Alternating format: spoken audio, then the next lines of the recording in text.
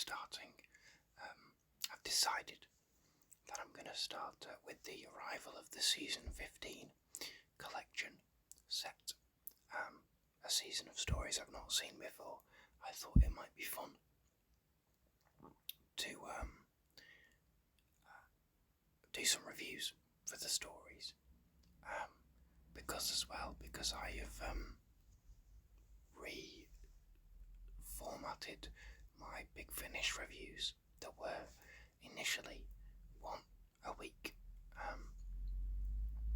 reviews for those audio stories in the main range, but I've reformatted that series of videos now, which works better, but I kind of wanted a new sort of weekly video series, I suppose, for the channel. And so I thought I've been toying with the idea of doing sort of reviews for TV stories, but with owning a lot of the stories on Blu-ray, and of course a lot of episodes all the episodes pretty much being available on iPlayer now. And so I thought that I would start with season 15. So I'm going to go through this season in order, basically, do a review a week. That will bring us up just more or less about to the beginning of the new series, season 1 officially, although it's, as far as I'm concerned, it's series 14. There'll be about a week or so gap, but it'll bring us around about to that. I'll do obviously the reaction videos like I did for the 60th anniversary specials for the new series, and I'll cover that. And then once that's finished, what I think I'm going to do is basically sort of pick a randomizer and use a randomizer and have a random story picked out for me every week, and whatever story I get, I'll watch it and I'll do a review, do a video about it. So that's sort of the plan for the reviews going forwards. We'll see how we go, but I'll certainly do all of season 15. I just thought it would be interesting. Of course, as ever if you've seen any of my other reviews, I'm saying reviews with inverted commas because they're more just sort of general thoughts. The way I do these videos, I don't script. I just sort of wing it, basically. You may have noticed, which is kind of why I liked doing the reaction videos for the new stuff, because that works better in a non-scripted format. But anyway, enough preamble. Let's talk about the first story of season 15, Horror of Fang Rock. This was written by Terence Dix and directed by Paddy Russell. Of course, stars Tom Baker as the Fourth Doctor and Louise Jameson as Leela. And I really enjoyed this story. I did not watch it with the new special effects. I chose instead to watch it with the original effects for a couple of reasons. The first being that because I'd not seen this story before, I kind of wanted to see it with the original effects first, to then be able to, next time I watch it, I'll watch it with the new effects. Absolutely, but I felt the first time I watched it, I wanted to just watch it as it was broadcast, essentially, as it was originally done. But also because I found with season 20 and some of the later 80s stuff, I actually find that, and I think I might have mentioned this when I did the video about season 20, that I sometimes I think the new effects weaken the story in a way, almost, because they just don't fit, and they kind of take you out of it. And sometimes they can be very obviously CGI in a way that doesn't mesh with the original story. I found that with stories like Snake Dance and Enlightenment, Mordin Undead to an extent. The Five Doctors, which I watched with the new effects, and it just they ended up kind of just taking me out of the story. When I was younger, I always wanted to watch stories with new effects because they looked hokey and they looked rubbish, the original ones. So I wanted them to look more real. But I don't watch classic Doctor Who like that anymore. I watch it in the context of when it was made, and I appreciate it in that way. So I chose not to watch the new effects for this. I do intend to. I'm not sure, I haven't heard too much about them, but I thought generally the effects in this were decent enough. I can understand why they chose to do some new effects. But yeah, I can't comment on those specifically because I haven't watched them.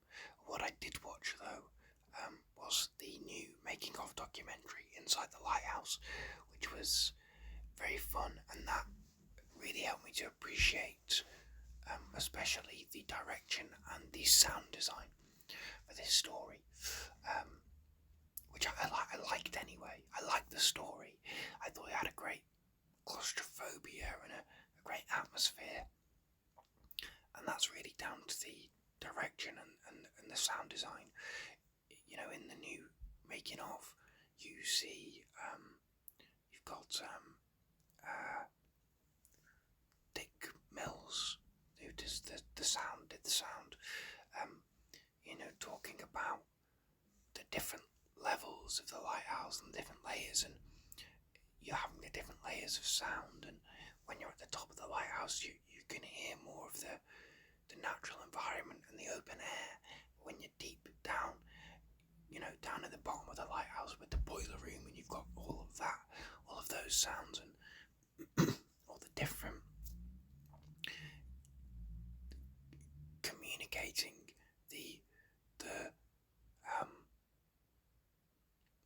communicating the different levels of the lighthouse with sound, because of course it was not filmed in a real lighthouse, it was filmed on sets that were all, at the same level essentially.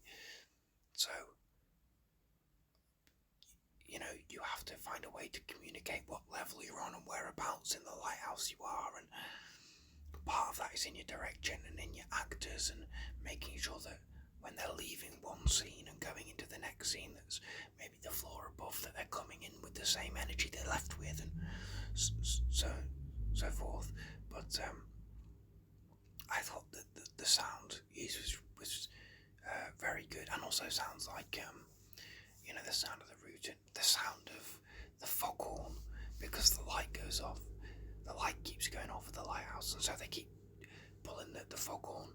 I think it's a foghorn, isn't it? Which for the first couple of parts is just kind of this constant, not constant, but it keeps cropping up, and I remember watching it and thinking, this is great because it's so ominous. And again, that was something that Dick Mills, who did the sound, talked about, that that sound will have been like a stock sound or a pre-recorded sound or something that has sort of been slowed down and added a slight reverb to it to create this sort of ominous effect to it, a sort of foreboding, ominous feeling, and that absolutely came through. And I thought, in a way, it was a shame when that eventually that gets taken out of the story, because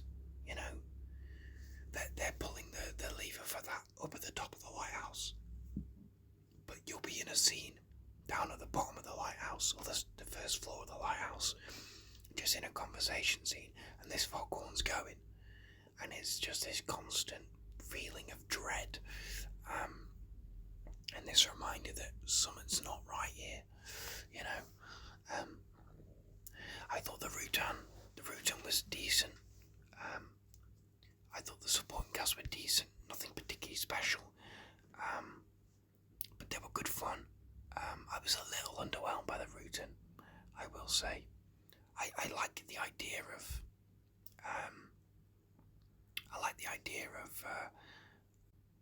how they made it and how they constructed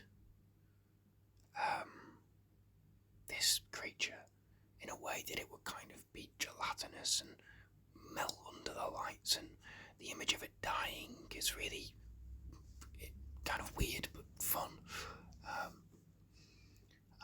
And it's an imposing presence. There were some elements of this that I kind of wish I hadn't seen before. Some very famous moments, like the moment where Tom says, this lighthouse is under attack, and by morning we might all be dead.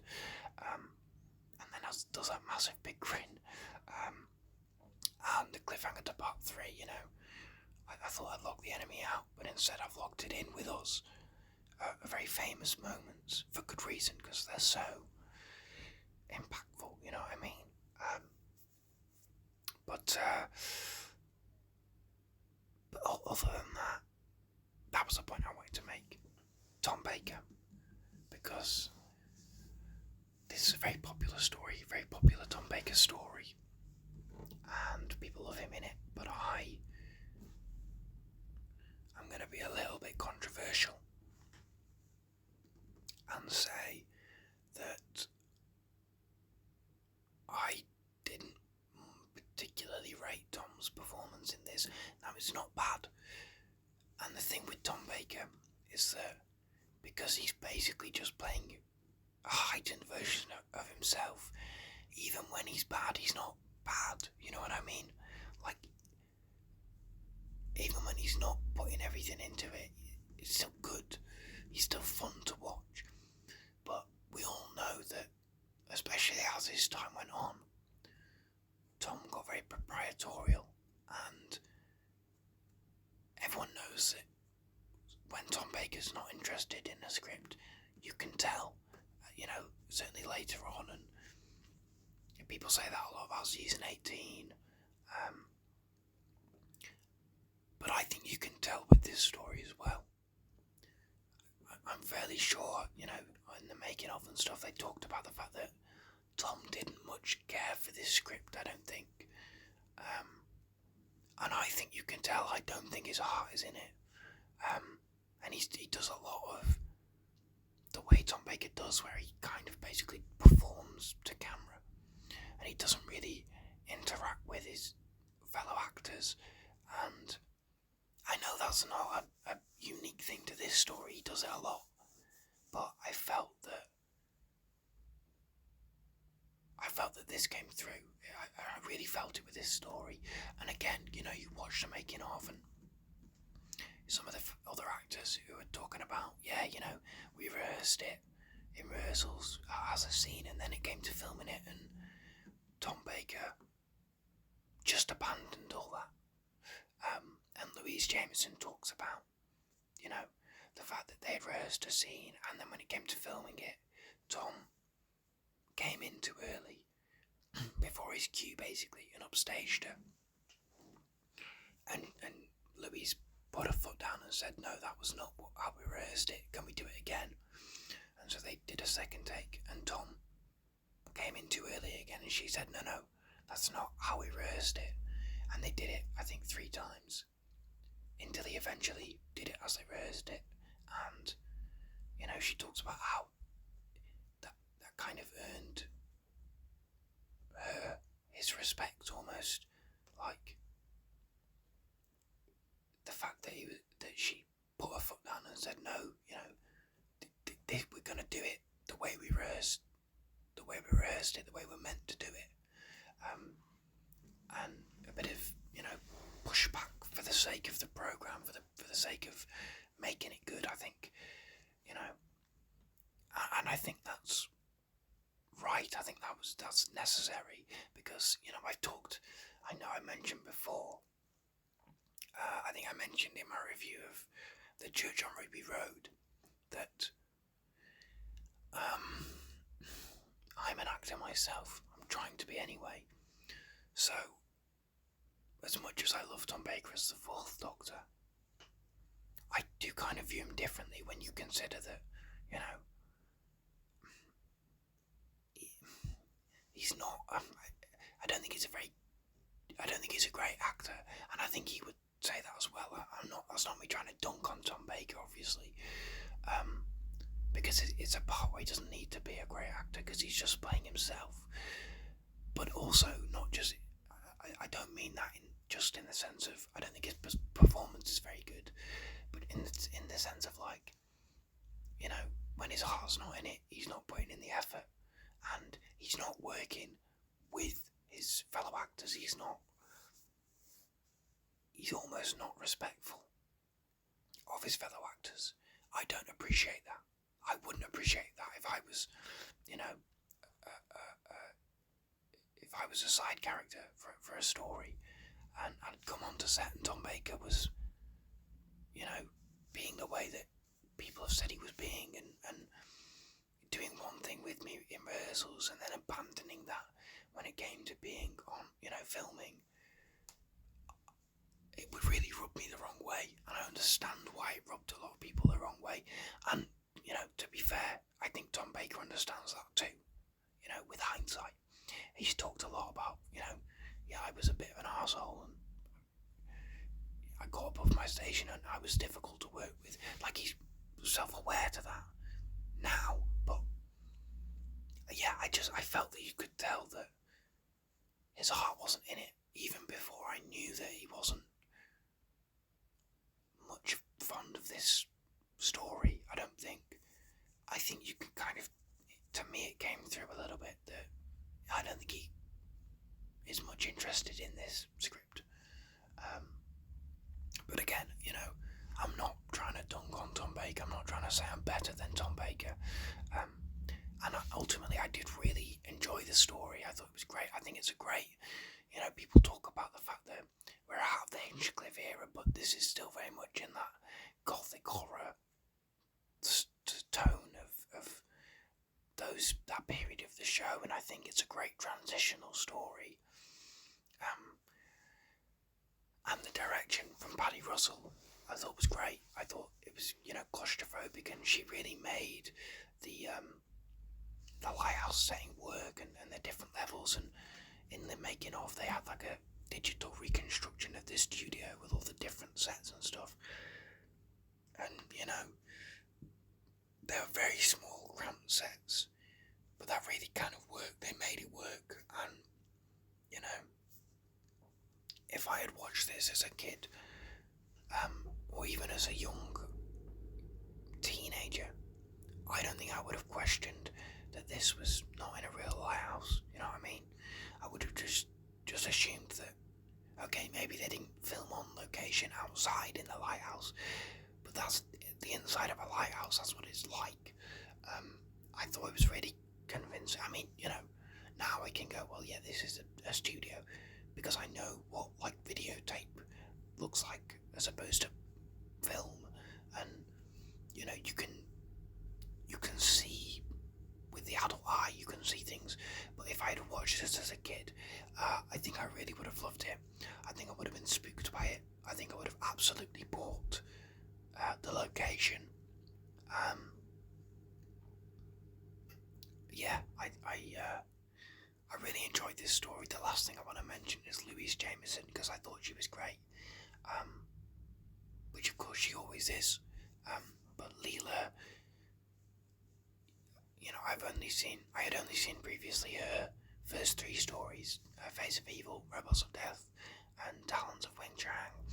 And I liked Leela, but I didn't love Leela. But I thought Louise Jameson was pretty good in this. She didn't have too much to do, but I kind of I